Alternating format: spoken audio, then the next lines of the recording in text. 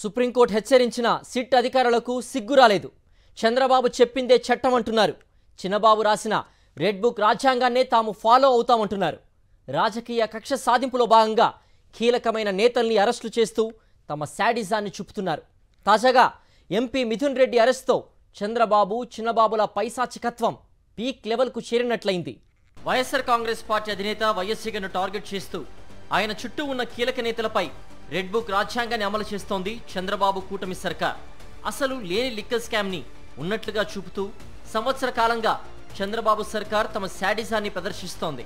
చిత్తూరు జిల్లాలో తమ రాజకీయ ప్రత్యర్థిగా ఉన్న పెద్దిరెడ్డి రామచంద్రారెడ్డి కుటుంబాన్ని టార్గెట్ చేసుకుని ఒకవైపు ఆయన కుటుంబ సభ్యులపై అక్రమ కేసులు బనాయిస్తూనే మరోవైపు జగన్ చుట్టూ ఉండే కీలక నేతలను అరెస్ట్ చేయిస్తున్నారు. తాజాగా ఎంపీ మిథున్ రెడ్డిని కూడా అరెస్ట్ చేయించి తమ శాడిజానికి హద్దులు లేవని చాటి చెప్పారు. లిక్కర్ స్కామ్ లో 3,200 కోట్ల రూపాయల కుంభకోణం అన్నది పూర్తిగా కట్టుకతే. స్కామ్ జరిగినట్లు ఇప్పటి వరకు ఒక్క ఆధారాన్ని కూడా సిట్ చూపలేదు. బేవరేజెస్ కార్పొరేషన్ రికార్డులు కూడా పారదర్శకంగానే ఉన్నాయి. మరి అలాంటప్పుడు కుంభకోణం జరిగినట్లు ఎలా చెప్తారు? అదే బేవరేజెస్ కార్పొరేషన్ మాజీ ఎండీ వాసుదేవరెడ్డిని బెదిరించి ఆయన్ను అక్రమంగా అరెస్ట్ చేసి అబద్ధపు వాంగ్మూలాన్ని నమోదు చేశారు. అక్కడి నుంచి వేట మొదలుపెట్టిన సిట్ అధికారులు వరుసగా వైఎస్ఆర్ కాంగ్రెస్ పార్టీ కీలక నేతలకు నోటీసులు ఇవ్వటం, అనంతరం వారిని అరెస్టు చేయటం వంటి దుశ్చర్యలకు పాల్పడుతున్నారు. మాజీ ఐఏఎస్ అధికారి ధనుంజయ రెడ్డి, ఓఎస్డీ కృష్ణమోహన్ రెడ్డి, ప్రభుత్వ మాజీ సలహాదారు రాజ్ కసిరెడ్డి, మాజీ ఎమ్మెల్యే చెవిరెడ్డి భాస్కర్ రెడ్డితో పాటుగా తాజాగా ఎంపీ మిథున్ రెడ్డిని కూడా అరెస్ట్ చేశారు. కేసులో కొత్త మలుపులు ఏం తిప్పబోతున్నారు వీళ్ళు? ఎందుకంటే అంతా ఊహాజనితమే. వీళ్ళు ఏదనుకుంటే అది క్రియేట్ అవుతుంది. సినిమాలో కదా రచయిత ఏదనుకుంటే కథ వస్తుంది, డైరెక్టర్ ఎట్లా అనుకుంటే స్టోరీ రన్ అవుతుంది, కావాలనుకుంటే కొత్త పాత్రలు క్రియేట్ అవుతాయి, వాటికి తోడు మిగిలిన వాళ్ళని కలుపుకుంటూ పోవచ్చు. అట్లా ఓడలు వేసుకుంటూ ఇది పోతుంది విస్తరించుకుంటా. అవి చేస్తూ పోతున్నారు తప్ప ఆధారం ఏదంటే ఇంతవరకు లేదు. ఆధారం కోసం చూస్తామంటున్నారు, ఎందుకంటే ఏమి జరగలేదు కాబట్టి. నిజానికి చంద్రబాబు హయాంలోని చివరి సంవత్సరమైన 2018-19లో ఎక్సైజ్ ఆదాయం కేవలం 16,000 కోట్ల రూపాయలు మాత్రమే. జగన్ సీఎం అయ్యాక ఆ ఆదాయం 24,000 కోట్ల రూపాయలకు పెరిగింది. మరి అలాంటప్పుడు ప్రభుత్వ ఖజానాకు నష్టం ఎక్కడ జరిగినట్టు? ఈ ప్రశ్నకు చంద్రబాబు కానీ సిట్ అధికారులు కానీ సమాధానం చెప్పటం లేదు.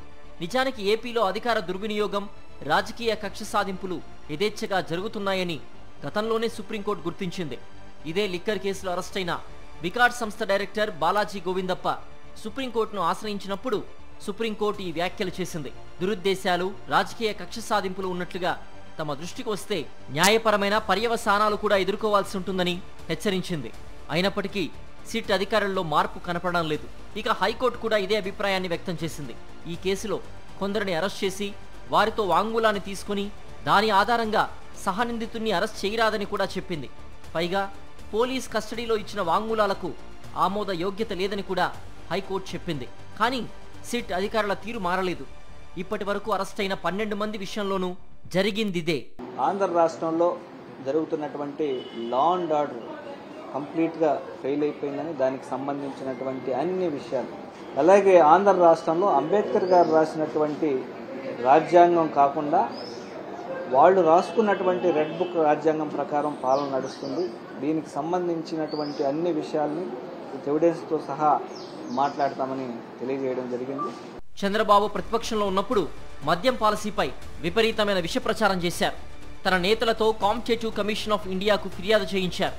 అయితే లిక్కర్ పాలసీలో ఎలాంటి అవకతవకలు జరగలేదని, పూర్తి పారదర్శకంగా ఉందని స్వయంగా కాంపిటేటివ్ కమిషన్ ఆఫ్ ఇండియా ప్రకటించింది. అప్పుడు కాంపిటేటివ్ కమిషన్ ఆఫ్ ఇండియా తిరస్కరించిన ఆరోపణలు, ఫిర్యాదులతో ఇప్పుడు చంద్రబాబు ప్రభుత్వం అక్రమ కేసు నమోదు చేయడం, నేతల్ని అరెస్టు చేయడం పూర్తిగా రెడ్ బుక్ కుట్రే. అయితే ఇలాంటి వాటికే తాము భయపడితే ఇక రాజకీయాలు ఎలా చేస్తామని ఎదురు ప్రశ్నిస్తున్నారు వైఎస్ఆర్సీపీ నేతలు. వైఎస్ఆర్ కాంగ్రెస్ పార్టీని జగన్మోహన్ రెడ్డి గారిని ఏదో విధంగా ఇబ్బంది పెట్టాలా అనే ఒక ప్రక్రియ తప్ప ఎక్కడ కూడా కనీసం సంక్షేమం గాని అభివృద్ధి గాని జరగట్లేదు. దానికి ఉదాహరణే ఈ రోజు ఈ లిక్కర్ స్కామ్. 13 నెలల్లోనే ఈ ప్రభుత్వం మీద, ఈ కూటమి ప్రభుత్వం వస్తున్న వ్యతిరేకత కావచ్చు, ఇవన్నీ కప్పిపుచ్చుకునేదానికి ఒక కక్ష రాజకీయాలు చేస్తా ఉన్నారు. లేని లిక్కర్ స్కామ్ పేరుతో ఏడాదిగా ఏపీలో పొలిటికల్ డైవర్షన్ రాజకీయాలు చేస్తున్నారు చంద్రబాబు. ఇప్పటి వరకు ఏ ఒక్క హామీని అమలు చేయడం చేతకాక హామీల అంశాల్ని ప్రజలు ఎక్కడ నిలదీస్తారో అనే భయంతో ప్రత్యర్థి పార్టీ నేతల్ని టార్గెట్ చేస్తూ ఇలా డైవర్షన్ పాలిటిక్స్తో కాలం గడుపుతున్నారు.